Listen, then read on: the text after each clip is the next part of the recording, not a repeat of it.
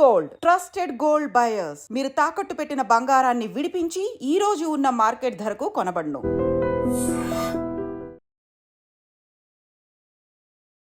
నమస్తే, welcome back to IT media. నేను మీ Jhansi. So జనరల్గా మనం ఇంతకుముందు చూసుకున్నట్లయితే life insurance policies, okay, life insurance కంపెనీస్లో సమ్ అమౌంట్ మనం దాచుకోవడం, లేకపోతే అక్కడ పాలసీస్ తీసుకోవడం ఇలాంటివన్నీ చేస్తూ ఉండేవాళ్ళు. ఇప్పుడున్న జనరేషన్ సాఫ్ట్వేర్ అవనండి, ఏ జాబ్స్ అయినా కానీ కాస్త ఎక్కువ రిటర్న్స్ వస్తాయని మ్యూచువల్ ఫండ్స్లో ఇన్వెస్ట్మెంట్ చేయడం జరుగుతుంది. అయితే దీనికి పోటీగా అని చెప్పొచ్చు, లేకపోతే ఆల్టర్నేట్గా చెప్పొచ్చు, ఒక ఆప్షన్గా చెప్పొచ్చు. యూలిప్ అనే ఒక మనం సేవ్ చేసుకోవడానికి కానివ్వండి, ఇట్లాగే ఈ టైప్లో వస్తుంది.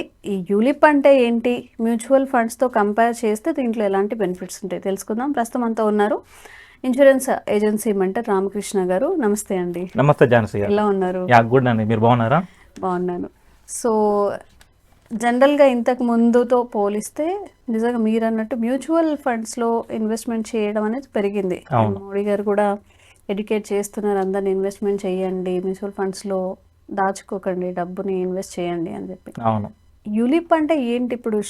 ఇప్పుడు ఏదైతే మ్యూచువల్ ఫండ్స్ దానికి ఆల్టర్నేటివా, లేకపోతే దాని ఇన్సూరెన్సా, ఎలా చూడొచ్చు దాన్ని? ఓకే, ఫస్ట్ ఆఫ్ ఆల్ ఈ యూలిప్ ఫుల్ ఫామ్ ఏంటిదంటే unit linked insurance plan. Insurance plan పేరులోనే ఉంది. ఓకే, యూనిట్స్ తో పాటు మీకు జీవిత బీమా, లైఫ్ ఇన్సూరెన్స్ కవరేజ్ అనేది ఇవ్వడం జరుగుతుంది. Okay, comparing to mutual funds లో అయితే కేవలం దాచుకున్న అమౌంట్, వాటి మీద వచ్చే ప్రాఫిట్స్ అమౌంట్ మాత్రమే షేర్ చేస్తారు. ఓకే, ఇక్కడ మనం చేసిన ఇన్వెస్ట్మెంట్కి ప్రాఫిట్స్తో పాటు life insurance coverage till the policy term మొత్తానికి కవరేజ్ ఇవ్వడం జరుగుతుంది. అందుకే దీన్ని యూనిట్ లింక్డ్ ఇన్సూరెన్స్ ప్లాన్ అనేది యూనిట్ లింక్డ్ ఇన్సూరెన్స్ ప్లాన్ అంటారు.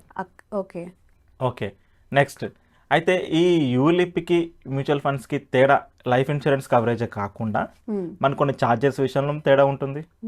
ఓకే, దాంతోపాటు కొన్ని కండిషన్స్ ఉంటాయి. ఏంటా కండిషన్స్? ఓకే, ఇప్పుడు మనం ఏదైనా యూలిప్ ప్లాన్ తీసుకోవాలనుకున్నప్పుడు ప్రతి ఒక్క లైఫ్ ఇన్సూరెన్స్ కంపెనీస్లో వాళ్ళ యొక్క ఓన్ యూలిప్ ప్లాన్స్ ఉంటాయి. అంటే వాళ్ళ ఓన్ ఒక ఫండ్ అనేది క్రియేట్ చేయడం జరుగుతుంది. ఆ ఫండ్ అనేది large cap funda, mid cap funda, small cap funda, లేదా స్పెసిఫిక్గా ఇంకా వేరే ఏమన్నా ఫండ్స్ తీసుకొచ్చారా అంటే ఒక ఇన్వెస్ట్మెంట్ ప్లాన్. ఇప్పుడు భారతదేశంలో ఎన్నో రకాలుగా మనకి ఇప్పుడు మేక్ ఇన్ ఇండియా స్కీమ్ తోటి ఇక్కడే వస్తువులు తయారవ్వడం జరుగుతుంది, ఇక్కడే అసెంబ్లింగ్ అవుతుంది, ఇక్కడే లాజిస్టిక్స్ అనేది క్రియేట్ చేయడం జరుగుతుంది. సో ఎక్కడ మార్కెట్లో ప్రాఫిట్స్ అనేది జనరేట్ అవుతుంటాయో ఆ కంపెనీస్ ఒక ఫండ్ మేనేజర్ దాన్ని తెలుసుకొని స్పెసిఫిక్ ఒక ఫండ్ని క్రియేట్ చేయడం జరుగుతుంది. ఈ ఫండ్లో ఇన్వెస్ట్మెంట్ చేస్తే ఛార్జెస్ పోను, ప్రాఫిట్స్ అనేది మొత్తం ఆ పాలసీ హోల్డర్కి పే చేయడం జరుగుతుంది. లెట్స్ సే ఫర్ ఎగ్జాంపుల్ అండి, ఒక క్లయింట్ ఒక 1 lakh rupees per year investment చేద్దాము అనుకున్నారు. ఇప్పుడు యూలిప్లో ఏంటిది యూనిట్ లింక్డ్ ఇన్సూరెన్స్ ప్లాన్ అని చెప్పాను కదా, అంటే లైఫ్ కవరేజ్ ఇస్తుంది కదా. అప్పుడు ఏం చేస్తుంది కంపెనీస్ అంటే ఒక 1 lakh rupeesకి ఇయర్లీ 1 lakh కదా, ఈ 1 lakh into 10 times 11 times 12 times company to company వేరే అవుతుంది. అంటే 1 lakh ప్రీమియం కట్టినాకనే ఆ పర్సన్ కనుక చనిపోయారు అనుకోండి, ఒక lump sum amount 12 lakhs 11 lakhs 10 lakhs ఇందాక నేను చెప్పినట్టు అమౌంట్ పేయడం జరుగుతుంది. సో ఒక 1 lakhలో అతని ఏజ్ బట్టి, తనకున్న హెల్త్ లైఫ్ స్టైల్ కండిషన్ బట్టి ఒక ప్రీమియం అనేది సపరేట్ చేసేసి, అంటే 1 lakhలో లెట్స్ ఒక 20,000 rupees అనేది లైఫ్ కవరేజ్కి అమౌంట్ ఇన్వెస్ట్మెంట్ చేసి బ్యాలెన్స్ 80,000 rupees అనేది ఆ ఫండ్లో ఇన్వెస్ట్మెంట్ జరుగుతుంది. దేనికి? ఆ ఫండ్లో ఇన్వెస్ట్మెంట్ చేస్తే రిటర్న్స్ అనేది ఎక్కువగా వస్తాయి. ఓకే, సో మ్యూచువల్ ఫండ్స్ లో చూసుకున్నట్లయితే long term investment some particular 12 7 ఎంతో వస్తుంది. మరి యూలిప్ లో రిటర్న్స్ అనేది ఎలా క్లెయిమ్ చేసుకుంటారు? ఇప్పుడు ఎలా ఉంటుందంటే అండి, ఇప్పుడు మ్యూచువల్ ఫండ్స్ లో కూడా రిటర్న్స్ వేరియేషన్ ఉంటుంది. ఎలా? ఇప్పుడు అతను అమౌంట్ మొత్తం ఒక ఈక్విటీలో ఇన్వెస్ట్మెంట్ చేయొచ్చు. ఈక్విటీలో ఇన్వెస్ట్మెంట్ చేసినప్పుడు ఏమవుతుందంటే రిస్క్ అనేది ఎక్కువ ఉంటుంది. అంటే మార్కెట్ పర్ఫార్మెన్స్ బాగుంది అనుకోండి, రిటర్న్స్ హైగా ఉంటాయి. అసలు మార్కెట్ పర్ఫార్మెన్స్ లేదనుకోండి, అతనికి వచ్చే రిటర్న్స్ ఏమీ ఉండవు. ఈ market means insurance company, right? Market అంటే ఏంటిదంటే ఇప్పుడు ఒక ఫండ్ అనేది క్రియేట్ చేసాం కదా, ఈ ఫండ్ అనేది ఎక్కడ ఇన్వెస్ట్మెంట్ చేస్తున్నారు. Let's say for example manufacturing industry తీసుకోవచ్చు. మ్యానుఫ్యాక్చరింగ్ ఇండస్ట్రీలో ఏమేమి ఉంటాయి? ఆటోమొబైల్స్ ఉంటాయి, ఎలక్ట్రానిక్స్ ఉంటాయి, లేకపోతే మన కన్జ్యూమబుల్స్ ఉంటాయి. సో ఇలాంటి ఒక సెగ్మెంట్ ఎంచుకుంటారు. లెట్స్ సే ఫర్ ఎగ్జాంపుల్ మనం manufacturing industry like automobile industry మాత్రమే ఎంచుకున్నారు. ఆటోమొబైల్ ఇండస్ట్రీ అంటే ఏంటిది? ఇప్పుడు మనం 2 wheeler కానివ్వండి, 4 wheeler కానివ్వండి, 3 wheeler కానివ్వండి, ఇట్లా ఎన్నో, అంటే ఒక వెహికల్ ఓకే. వెహికల్ మ్యానుఫ్యాక్చరింగ్తో ఇన్వెస్ట్మెంట్ చేసుకోండి. ఇప్పుడు వెహికల్స్ బాగా సేల్ అయ్యాయి అనుకోండి, మీనింగ్ ఏంటి, ప్రాఫిట్స్ బాగా వస్తాయి కదా, దాన్ని మార్కెట్ అంటారు. ఓకే. ఇప్పుడు మార్కెట్ పర్చేస్ బాగా అవుతుందా, సేల్స్ బాగా అవుతున్నాయా, పర్చేస్ అయిపోయింది, సేల్స్ అయిపోయింది, అప్పుడు ఏంది, మార్కెట్ అనేది తగ్గిపోయింది. ఇప్పుడు ఒక కూరగాయలు అమ్మే వ్యక్తి ఉంటారండి, ఇలా అన్ని తెచ్చిన కూరగాయలు అన్నీ అయిపోయాయి అనుకోండి, ఇవాళ మార్కెట్ చాలా బాగుంది అంటారు. ఇవాళ తెచ్చిన కూరగాయలు అలానే ఉన్నాయి అనుకోండి, అసలు మార్కెటే లేదు ఈ రోజు అంటారు. మార్కెట్ లేదంటే మీనింగ్ ఏంటిది, బయింగ్ అండ్ సెల్లింగ్ అనేది ఆగిపోయింది. ఓకే. బయింగ్ అండ్ సెల్లింగ్ హెవీగా ఉందనుకోండి, డిమాండ్ ఉందనుకోండి, మార్కెట్ బాగుంది అంటారు. ఓకే. ఇప్పుడు మ్యానుఫ్యాక్చరింగ్ ఇండస్ట్రీ అనే ఒక సెగ్మెంట్ ఒకవేళ ఎంచుకుంది అనుకోండి కంపెనీ, దాన్ని NFO అంటారు, న్యూ ఫండ్ ఆఫ్ లో we're investing only into the manufacturing industry అన్నప్పుడు, మ్యానుఫ్యాక్చరింగ్ తయారు చేసిన గూడ్స్ బాగా సేల్ అయ్యాయి అనుకోండి, ప్రాఫిట్స్ అనేది అధికంగా వస్తాయి. వచ్చిన ప్రాఫిట్స్ అనేసి అన్ని ఇప్పుడు ఏదైతే క్లయింట్ ఇన్వెస్ట్మెంట్ చేశారో అతనికి క్యారీ ఫార్మ్ జరుగుతుంది. దీన్ని మార్కెట్ బాగుండటం అంటారు. సో ఇప్పుడు క్లయింట్ 3 రకాలుగా ఇన్వెస్ట్మెంట్ చేయొచ్చు. ఒకటి ఈక్విటీ అంటే పర్టికులర్ మార్కెట్ సెగ్మెంట్ ఎంచుకోవడం, లేదా డెబ్ట్, కంపెనీస్కి అప్పు మాత్రమే ఇవ్వండి అనేసి. సో అప్పుడు అప్పుగా ఇవ్వండి అంటే ఇప్పుడు రేట్ ఆఫ్ ఇంట్రెస్ట్ అనేది ఫిక్స్ అయి ఉంటుంది కదా, let's say 8% rate of interest. ఎంత లాభాలైనా నాకు వద్దు, లాభాలు ఉన్నా లాభాలు లేకపోయినా నాకు నేను ఇచ్చిన అమౌంట్కి మాత్రం వడ్డీ కావాలి, అంతే. దీన్ని డెప్ట్ మార్కెట్ అంటారు, ఈక్విటీ మార్కెట్ అంటారు. ఇంకొకటి ఈక్విటీ ప్లస్ డెప్ట్ అంటే నేను ఇన్వెస్ట్మెంట్ చేసిన దాంట్లో ₹1,00,000 20,000 లైఫ్ కవరేజ్కి పోయింది, బ్యాలెన్స్ 80,000 40,000 ఈక్విటీ 40,000 డెప్ట్. అంటే దీంట్లోనే పర్సంటేజ్ ఆఫ్ ఫండ్ ఎలొకేషన్, ఈక్విటీలో ఎంత భాగం ఇన్వెస్ట్మెంట్ చేయాలి, డెప్ట్లో ఎంత బాగా ఇన్వెస్ట్మెంట్ చేయాలనే ఆప్షన్ క్లయింట్కి ఇస్తుంది. సో అతని యొక్క చేసుకున్న ఫండ్ అలొకేషన్ రేషియో తగ్గట్టు అతనికి రిటర్న్స్ అనేది జనరేట్ చేయడం జరుగుతుంది. సో ఫండ్లో అతనికి ఎంత రిటర్న్స్ వస్తున్నాయి అనేసి అంటే అతను తీసుకున్న ఫండ్ అలొకేషన్ బట్టి డిసైడ్ అవుతుంది జరుగుతుంది. Okay. And one of the investments అనుకుంటే ఫిక్స్డ్ డిపాజిట్స్. సో కంపేర్ చేస్తుంటే ఫిక్స్డ్ డిపాజిట్ కన్నా యూలిప్ అనేది బెటరా? ఇప్పుడు అది ఒక క్లయింట్ ఒక రిస్క్ తీసుకున్న దాన్ని బట్టి ఉంటుంది. ఇప్పుడు క్లయింట్ ఏమంటారు, నాకు లాభాలు రాకపోయినా పర్వాలేదు కానీ అసలు మాత్రం ఉండాలి అంటారు. ఓకే, నాకు నష్టం వద్దు, లాభం వద్దు, నా ఫండ్ మాత్రం అలానే ఉండాలి. లేదా ఫండ్ వచ్చిన ఫండ్కి కొంచెం వడ్డీ వస్తే చాలు, నేను రిస్క్ తీసుకున్నా అంటే వాళ్ళకి FD సజెస్టబుల్. నేను రిస్క్ తీసుకుంటాను, నాకు ఇండియా మీద నమ్మకం ఉంది, మార్కెట్ అనేది బాగుంది, అతను ఒక రిస్క్ ఫ్యాక్టర్కి అలవాటు పడ్డాడు అనుకోండి, రిస్క్ ఫ్యాక్టర్ తీసుకున్నాడు అనుకోండి, 100% యూలిప్ ప్లాన్ ఇస్ బెస్ట్, అంటే మ్యూచువల్ ఫండ్స్కి వెళ్ళడం బెస్ట్. సో ఇప్పుడు లైఫ్ ఇన్సూరెన్స్ పాలసీస్లో సమ్ ఆఫ్ ద పాలసీస్లో మనకి కొంచెం లోన్ తీసుకోవడం ఎమర్జెన్సీలో అలా ఉంటుంది కదా, యూలిప్లో కూడా అలా ఉంటుందా? ఇప్పుడు యూలిప్లో అలాంటి ఆప్షన్ లేదండి. ఇప్పుడు లైఫ్ ఇన్సూరెన్స్లో తను ఎంత అమౌంట్ కట్టారో ఆ అమౌంట్ బేస్ చేసుకొని ఒక 50% 60% అంటే లోన్ ఆప్షన్ ఎలిజిబిలిటీ ఇస్తుంది. కానీ ఈ యూలిప్ ప్లాన్స్లో మాత్రం అలా లోన్ ఆప్షన్ అనేది లేదు, ఎందుకంటే ఇది కంప్లీట్ రిస్క్లో ఉంది కాబట్టి ఇక్కడ లోన్ ఆప్షన్ అనేది లేదండి. సో ఇప్పుడు ఇందులో ఒక ఫండ్ ని సెలెక్ట్ చేసుకున్నారు, ఇప్పుడు అది నెగిటివ్ లో ఉంది, రిటర్న్స్ రావట్లేదు లేదా డౌన్ అవుతుంది, అప్పుడు ఏంటి, ఏం చేయాలి వాళ్ళు? ఇప్పుడు క్లయింట్కి జనరల్గా ఏంటంటే మేడం, ఎవ్రీ ఇయర్ తను ఇన్వెస్ట్మెంట్ చేసిన ఫండ్ యొక్క పర్ఫార్మెన్స్ రిటర్న్స్ అనేది ఎలా వస్తుందో అతనికి ఈమెయిల్ చేయడం జరుగుతుంది. సో క్లయింట్కి తెలుస్తుంది, ఓకే నేను పెట్టిన ఫండ్ అనేది పర్ఫార్మెన్స్ సరిగ్గా లేదు అని. మంత్లీ తెలుస్తుందా? ఇయర్లీ తెలుస్తుంది, ఎందుకంటే సీజన్స్ మారుతుంటాయి కదా, సో ఇయర్లీ తెలుస్తుంది. సో ఆ ఇయర్లో తన యొక్క ఫండ్ పర్ఫార్మెన్స్ బాగుంది అనుకోండి, కంటిన్యూ చేస్తాడు. పర్ఫార్మెన్స్ మంచిగా లేదు అని అనుకోండి, అప్పుడు ఏం చేస్తారంటే తను పెట్టిన ఫండ్ కాకుండా వేరే ఫండ్, ఇప్పుడు నేను ఇందాక ఏం చెప్పాను మ్యానుఫ్యాక్చరింగ్ దాంట్లో పెట్టాడు, ఇప్పుడు మ్యానుఫ్యాక్చరింగ్ వద్దు లాజిస్టిక్స్ మీద పెట్టండి అనే ఆప్షన్ కూడా, అంటే మేము తీసుకున్న ఫండ్ లాజిస్టిక్స్ అనే కూడా ఒక ఫండ్ ఉంది అనుకోండి, ఈ ఫండ్ నుంచి ఆ ఫండ్ కి ట్రాన్స్ఫర్ చేయడం జరుగుతుంది. దాన్ని స్విచ్చింగ్ అంటారు. ఈ స్విచ్చింగ్ ఆప్షన్ అనేది ఉంది. ఈ స్విచ్చింగ్ కి ఒక nominal amount ₹100, ₹150, ₹50 base on the company to company బట్టి అమౌంట్ ఉండడం జరుగుతుంది. సో అట్లా ఫండ్ స్విచ్చింగ్ అనే ఆప్షన్ కూడా ఉన్నది with in the same fund. ఆ ఫండ్ లో అతను ఏదైతే కంపెనీస్ ఉన్నాయో ఆ కంపెనీలో మాత్రమే ఒక సెగ్మెంట్, ఇప్పుడు మ్యానుఫ్యాక్చరింగ్ అనే ఒక సెగ్మెంట్, లాజిస్టిక్స్ అనే ఒక సెగ్మెంట్ ఆ ఫండ్ లో కనుక ఉన్నాయనుకోండి, ఎస్ కెన్ స్విచ్ అవడం అవుతుంది. ఇప్పుడు ఫండ్ అనేది ఎవ్రీ మంత్ కి క్లయింట్ కి ఎవ్రీ మంత్ తన ఫండ్ పర్ఫార్మెన్స్ ఎలా ఉంది, రిటర్న్స్ ఎలా వస్తున్నాయి, ఎలా తగ్గిపోతున్నాయి లేదా అనేసి ఇన్సూరెన్స్ కంపెనీ ఒక యూలిప్ ప్లాన్ అయితే తీసుకున్నాడో ఆ స్టేట్మెంట్ అనేది క్లయింట్ కి ఫార్వర్డ్ చేయడం జరుగుతుంది. సో అప్పుడు అతను చూసుకోవచ్చు, నా ఫండ్ అనే పర్ఫార్మెన్స్లో చేసి కంటిన్యూ చేద్దాము, లేదు నేను పెట్టిన ఫండ్ అనేది మా బాగాలేదు, నేను వేరే కూడా ఒపీనియన్ తీసుకున్నాను, ఈ ఫండ్ అనేది మంచిగా లేదు అని అనిపించింది అనుకోండి, ఒక ఫండ్ నుంచి ఇంకొక ఫండ్కి స్విచ్ చేయడం జరుగుతుంది. ఈ ఆప్షన్ అనేది ప్రతి ఒక్క life insurance company ULIP plan వాళ్ళకి ఆప్షన్ అనేది ఇవ్వడం జరిగింది. ఓకే. సో ఇప్పుడు మార్కెట్లోకి ఒక న్యూ ఫండ్ అనేది వచ్చింది. అప్పుడు ఎగ్జిస్టింగ్ కస్టమర్స్కి వీళ్ళు ఇచ్చే ఆఫర్స్ ఏంటి? దానికి స్విచ్ అవ్వడానికి ఉంటుందా, లేకపోతే దాన్ని ఎలా డీల్ చేయొచ్చు? ఓకే, ఇప్పుడు లెట్స్ సే ఫర్ ఎగ్జాంపుల్ అండి, ఇప్పుడు క్లయింట్ అయితే మ్యానుఫ్యాక్చరింగ్ సెగ్మెంట్లో ఆల్రెడీ ఎన్ఎఫ్ఓలో జాయిన్ అయ్యి అమౌంట్ కూడా కట్టేసాం.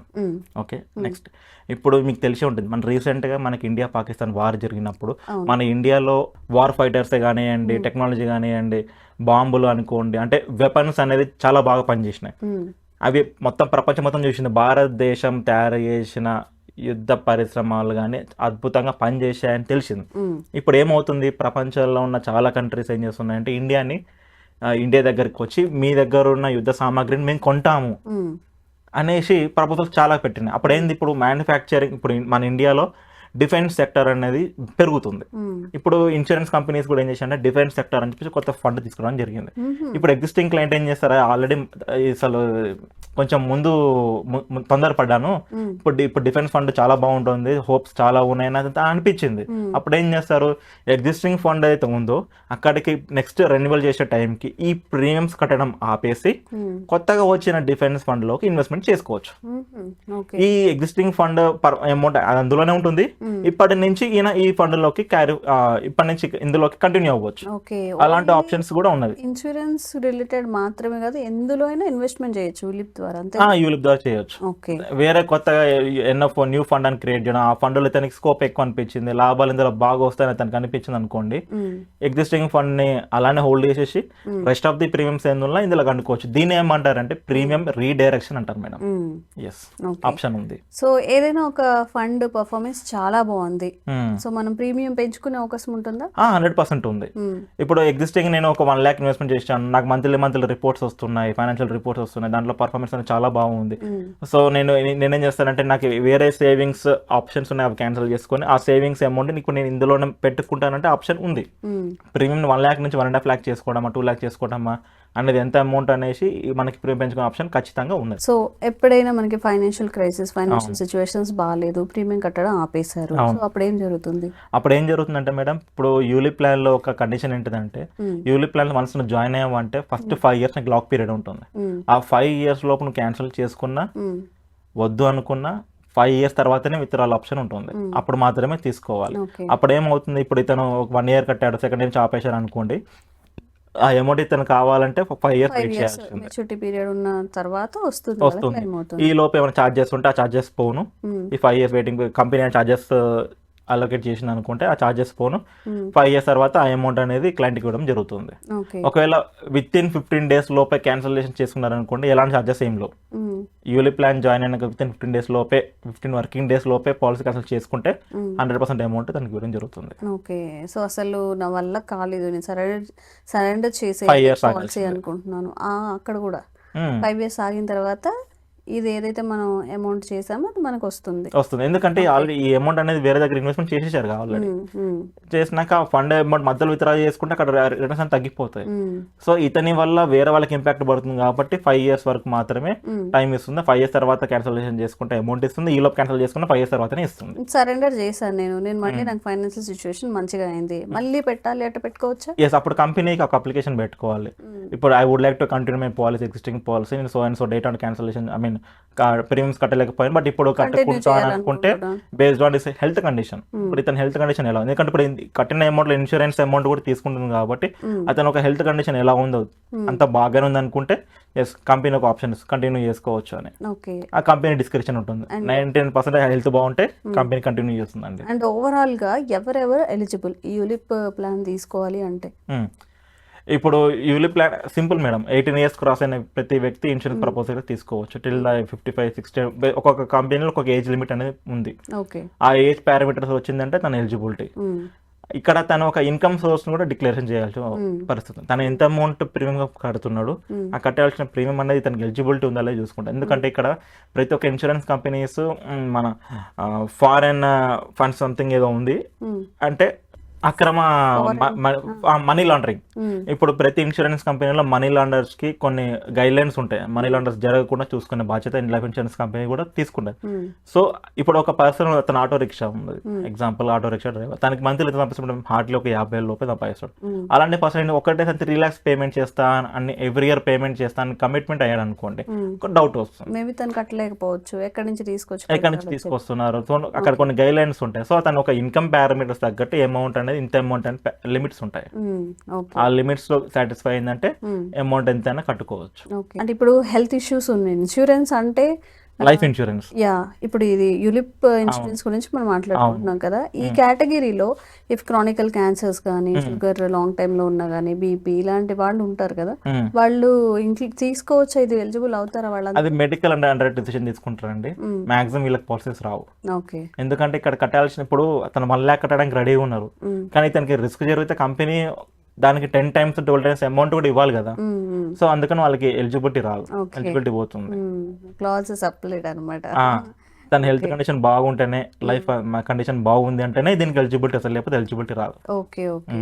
సో ఎవరైనా కానీ, ఇప్పుడు ఎవరైనా కానీ ఒక పర్సన్ కొత్తగా యూలిప్లో జాయిన్ అవ్వాలి, ఇన్సూరెన్స్ తీసుకోవాలి అన్నప్పుడు అటువైపు నుంచి కంపెనీ నుంచి వెరిఫికేషన్స్ అనేవి ఇతను ఏం చెక్ చేసుకోవాల్సి ఉంటుంది? సింపుల్ అండి. ఇప్పుడు మీరు ఒక వెహికల్ కొనాలనుకుంటున్నారు, కొనాలనుకుంటున్నప్పుడు మీరు ఏం చేస్తారు, ఆ వెహికల్ బాగుందా లేదా అనేసి మీకు తెలిసిన ఆ వెహికల్ కొన్న వాళ్ళని అడుగుతారు, లేదా ఆన్లైన్లో చూసుకుంటారు రివ్యూస్ ఏమున్నాయని చెప్పేసి, లేదా కంపెనీ ఒక సైట్లో ఇది బాగుందా బాగాలని తెలుసుకుంటారు. ఇప్పుడు యూలిప్ ప్లాన్ కొత్త తీసుకునే ముందు ఇలాంటి ఫండ్ ఇంత ముందు అయితే కంపెనీస్ లాంచ్ చేసినాయో రిటర్న్స్ అనేది చెప్పిన విధంగా ఇస్తున్నాయా లేదా, బాగానే ఇస్తుంది అనుకోండి, ఇతను ఒక ముందు అడిగేయచ్చు. First point. సెకండ్ పాయింట్ ఏంటిది, ఛార్జెస్ అనేది ఏ విధంగా ఉన్నాయి అంటే, ఇప్పుడు ఈ కంపెనీలో ఫండ్ మేనేజర్ ఉంటారు, ఈ ఫండ్ మేనేజర్ ఒక క్వాలిఫికేషన్, అతనుకున్న ఎక్స్పర్టైజ్ని బట్టి రిటర్న్స్ అనేది వస్తుంటాయి. సో అతను ఫండ్ మేనేజర్కి ఉన్న ఎడ్యుకేషన్ క్వాలిటీస్ ఏంటి, ప్రీవియస్ ఎక్స్పర్టైజ్ నాలెడ్జ్ ఏ విధంగా ఉన్నది, అతను ఛార్జెస్ ఎంత వేసుకుంటున్నారు. ఇప్పుడు మ్యూచువల్ ఫండ్స్లో జనరల్గా ఒక 16% వచ్చింది అనుకోండి, ఈ యూలిప్ ప్లాన్స్లో 14% వస్తుంది, 2% వేరియేషన్ ఉంటుంది. ఎందుకు ఇక్కడ ఫండ్ మేనేజర్ ఇంకా కొంచెం అవేర్నెస్గా, ఇంకొంచెం అలర్ట్గా, కొంచెం జాగ్రత్తగా ఇన్వెస్ట్మెంట్, ఎందుకంటే లైఫ్ ఇన్సూరెన్స్ పాలసీతో కూడుకున్నది కాబట్టి ఇంకా ఎక్కువ అలర్ట్గా ఉంటారు కాబట్టి ఫీజు అనేది వీళ్ళ దగ్గర ఎక్కువ ఉంటుంది. సో ఛార్జెస్ ఏ విధంగా ఉన్నాయి, ప్రీవియస్ పర్ఫార్మెన్స్ ఎలా ఉన్నది, ఈ కంపెనీకి సరైన గైడ్లైన్స్ పాటిస్తున్నాయా లేదా, అండ్ ఇల్లస్ట్రేషన్ అంటే పాలసీ తీసుకునే ముందు ప్రపోజల్లో రిటర్న్స్ అనేది ఫ్రమ్ టు ఎంత వరకు ఉంది. ఇప్పుడు IRDAI గైడ్లైన్స్ ప్రకారం 4% rate of returns, maximum 8% rate of returns, లేదా 6%, 10% మాత్రమే ఇస్తారు. కంపెనీస్ అలానే చెప్పిస్తుందా? ఇప్పుడు ఏమవుతుందంటే మార్కెట్లో ఎక్కువ ఆశ పెట్టేసి తీసుకునే సందర్భాలు కూడా ఉన్నాయి. స్టేట్మెంట్లు అందుకే ఏమని ఇవ్వాలంటే 4%, 8%. మీరు ఇంతే ఆలోచించుకోండి, మీరు 8% వస్తాయని ఆశించుకొని మా దగ్గర పాలసీ తీసుకోండి, మినిమం 4 వరకు వస్తాయని ఆశించి మా దగ్గర తీసుకోండి. కానీ ట్రాక్ రికార్డ్ ఒక 5 years తీసుకుంటే మా దగ్గర ఫండ్ పర్ఫార్మెన్స్ అనేది ఈ విధంగా 20% ఉన్నాయి, ఇప్పుడు చూడండి అని చెప్పి ఒక ఆప్షన్ అనేది ఇవ్వాలి. సో ఈ విధంగా వెరిఫికేషన్ చేసుకొని తీసుకోవచ్చు. ఓకే, సో యూలిప్ గురించి మీకు అన్ని డౌట్స్ క్లారిఫై అయ్యాయని అనుకుంటున్నా. ఇంకా ఎలాంటి డౌట్స్ ఉన్నా కూడా కామెంట్ చేయండి, మళ్ళీ ఒక వీడియో చేసి ప్రెజెంట్ చేస్తాం. థ్యాంక్ యూ అండి. థ్యాంక్ యూ జానసి గారు, thank you so much. Sir, one life lesson what medicine has taught you. Whatever you can do without expecting. But I really believe మన పాజిటివ్ యాటిట్యూడ్ ఉంటేనే మనం ఏదైనా సాధించగలం. గట్ని మనం కరెక్ట్గా డీల్ చేసినట్లయితే అది మనకి పాజిటివ్ హార్మోన్స్ని రిలీజ్ చేస్తుంది. షుగర్ వచ్చిన వాళ్ళ పరిస్థితి ఏంటి? పొట్ట దగ్గర పెరిగితే దాన్ని ఆండ్రాయిడ్ అంటారు, ఆండ్రాయిడ్ ఫోన్ కదా. అసలు థాట్స్ ఎందుకు వస్తాయి? బ్రెయిన్ డెడ్ అంటే దానికి ప్రపంచం అంతా కూడా కొన్ని నిర్దిష్టమైనటువంటి లక్షణాలు ఉన్నాయి. మానసికంగా ధైర్యంగా ఉంటే క్యాన్సర్ జయించవచ్చు. You are a doctor for a cause sir, అంతే. వాళ్ళకి వచ్చిన ఆదాయం కాకుండా ఫ్రీ సర్వీస్ ఎంతమందికో చేస్తారు.